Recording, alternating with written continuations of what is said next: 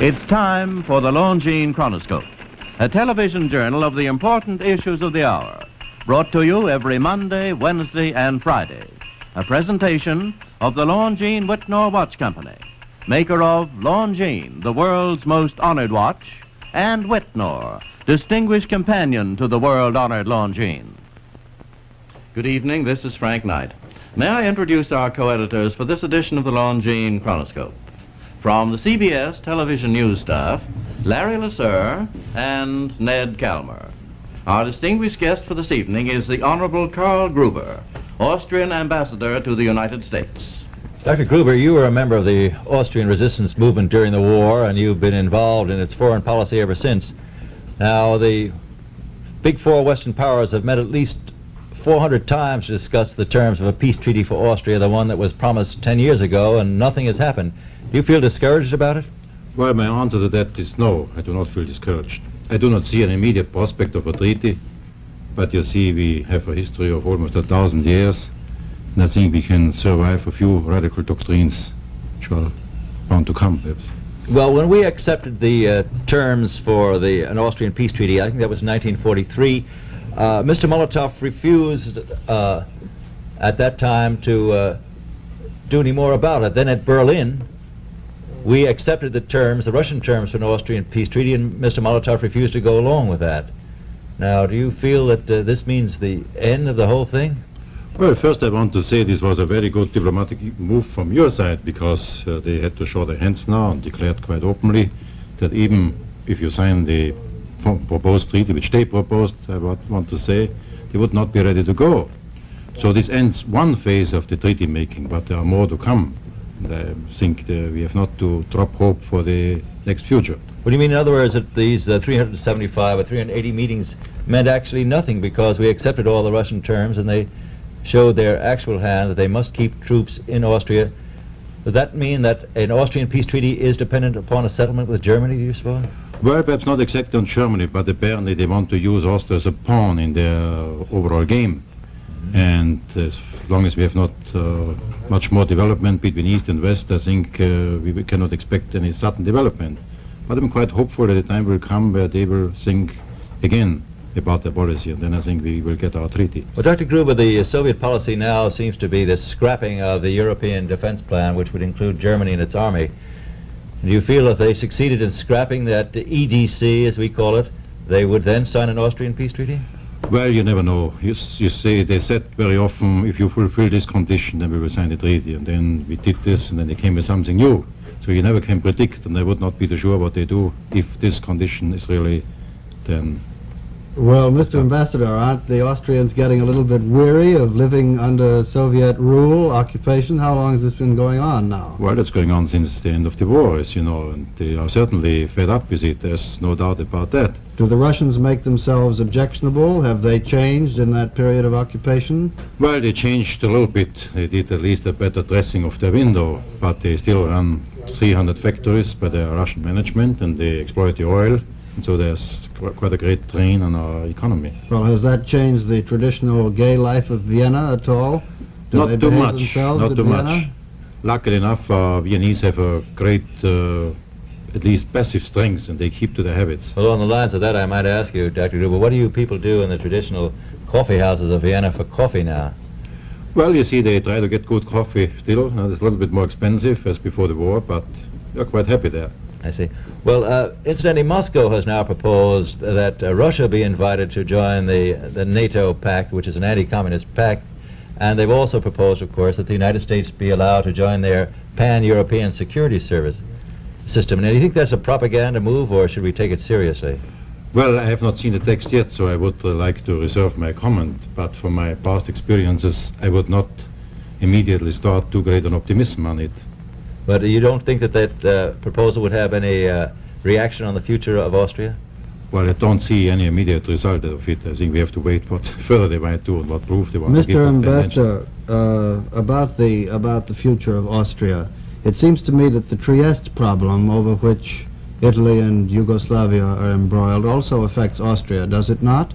Well, we have certainly a very strong economic interest there, because this is the port where we really export most of our trade.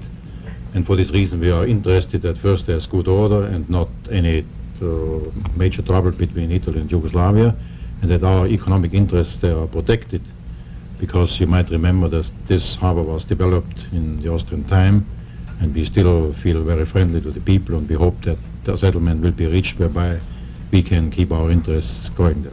But Dr. Gruber, how do you get along with your other communist neighbors, with Hungary, with Poland, with Czechoslovakia? Do you have much trade with them?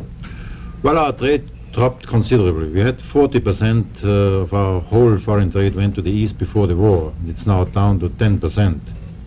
There's still some trade, and we need some trade, there's no doubt, because you cannot replace 50% of your trade in such a short time. But the whole thing is not too easy to conduct, because, you know, there's this barbed wire policy whereby they have sealed off their frontiers, and so it's not so prospective for the next future. Well, if Austria has lost 50% of its trade, how do you manage to live there?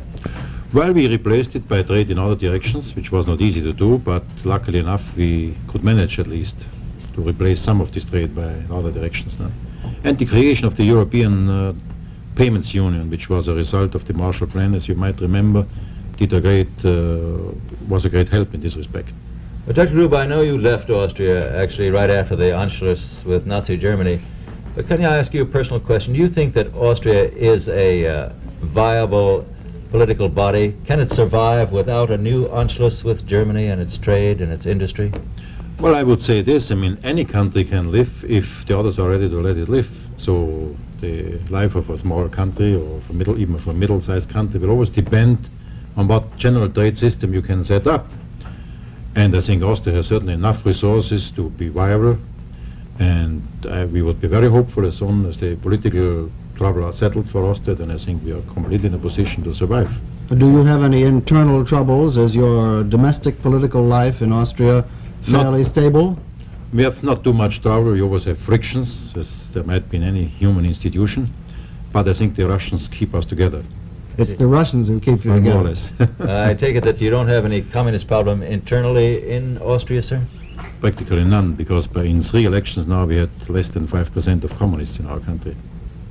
Well, Dr. Gruber, in 1943 the Russians promised that Austria would be regarded as a liberated country, occupied by the Germans, and after the war they never agreed to this liberation policy anymore, and they still occupy Austria. Now, do you feel this marked a change in their policy?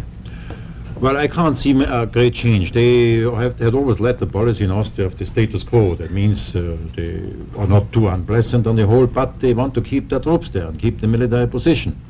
And they are not likely to change this policy if there are no major considerations in other fields, no? Which you can easily see as a result of the Berlin Conference. No? How are they getting along on the famous international patrol in Vienna? The 4 men in a jeep. Do they Well, get it's still along running well? around, running around, and I think they at least keep a fair amount of understanding between them. No? Well, Dr. Gruber, why do you suppose that the Russians have acted more differently in Austria than they have in Germany? We haven't the trouble, there aren't the clashes between East and West Germany, that they haven't got those clashes in Austria now. Why do you suppose that has happened? This whole climate seems to be quite different there. Well, there are many reasons. That would be quite a long story to tell, but one of the main reasons is this, that right from the beginning we had that central Austrian government who kept the country together and one currency. And then I think their whole policy was a little bit different concerning Germany and concerning Austria. In Austria they just want to keep it, let's say, as a military basis, and they had apparently not the intentions to create it as a direct satellite of the Russian Empire. No? Do you feel that there is no intention then of partition of Austria at any time by the Soviet Union? No. Well, do you feel there that you would like the Western allies to leave the country also?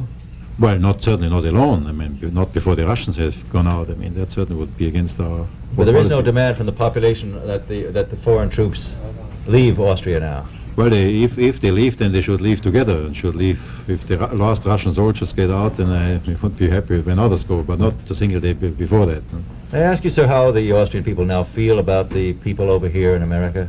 Oh, very friendly. I think you certainly will find that in our country at least, the great help which you have given to our people had good results, and you will find them very friendly disposed. And this is a lasting friendship, I can assure you. Mr. Mesereau, may I ask you as a final question, do you feel that the tensions which now exist in the world, the international tensions, are relaxing or are they getting worse? How do you feel they are tending towards the future of Austria?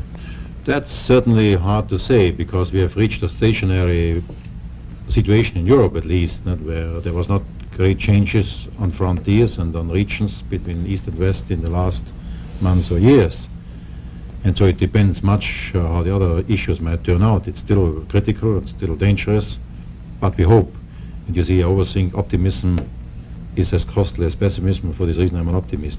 Well, do you think we're moving towards a negotiating stage? We have a lot of international conferences set up. I'm thinking particularly the one at Geneva. Well, I would say we move to a talking stage, which doesn't mean that we are moving to a negotiating stage. This is much too early to judge. No? Well, thank you very much, Dr. Gruber. Privileged to have you here tonight. Thank you. The opinions expressed on the Longines Chronoscope were those of the speakers. The editorial board for this edition of the Longines Chronoscope was Larry Lasser and Ned Calmer. Our distinguished guest was the Honorable Karl Gruber, Austrian ambassador to the United States.